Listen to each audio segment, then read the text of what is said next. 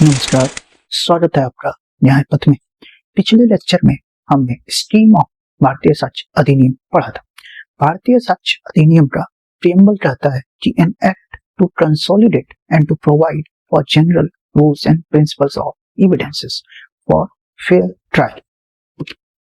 अभी भारतीय साक्ष्य अधिनियम में इलेक्ट्रॉनिक एविडेंसेस को भी इंकॉर्पोरेट किया गया है। भारतीय साक्ष्य अधिनियम का section 1 short title application and commencement.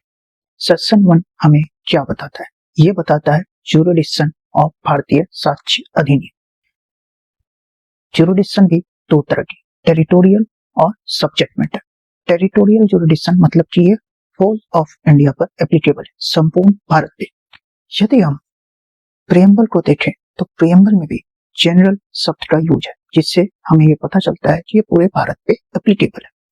उसके बाद सब्जेक्ट मैटर ज्यूरिडिक्शन, ये भी दो तरह के होते हैं, पॉजिटिव और नेगेटिव। पॉजिटिव ज्यूरिडिक्शन जो हमें ये बताता है कि ये कहां कहां पे एप्लीकेबल होता है, to all court marshals.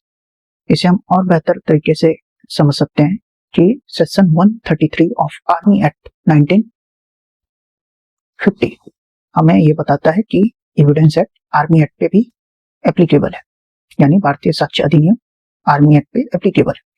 Section 132 of air force act बताता है कि बीएसए जो है एयर फोर्स पे भी एप्लीकेबल है, और सेक्शन 130 ऑफ नेवी एक्ट ये बताता है कि बीएसए जो है नेवी के कोर्ट मार्शल पे भी एप्लीकेबल है।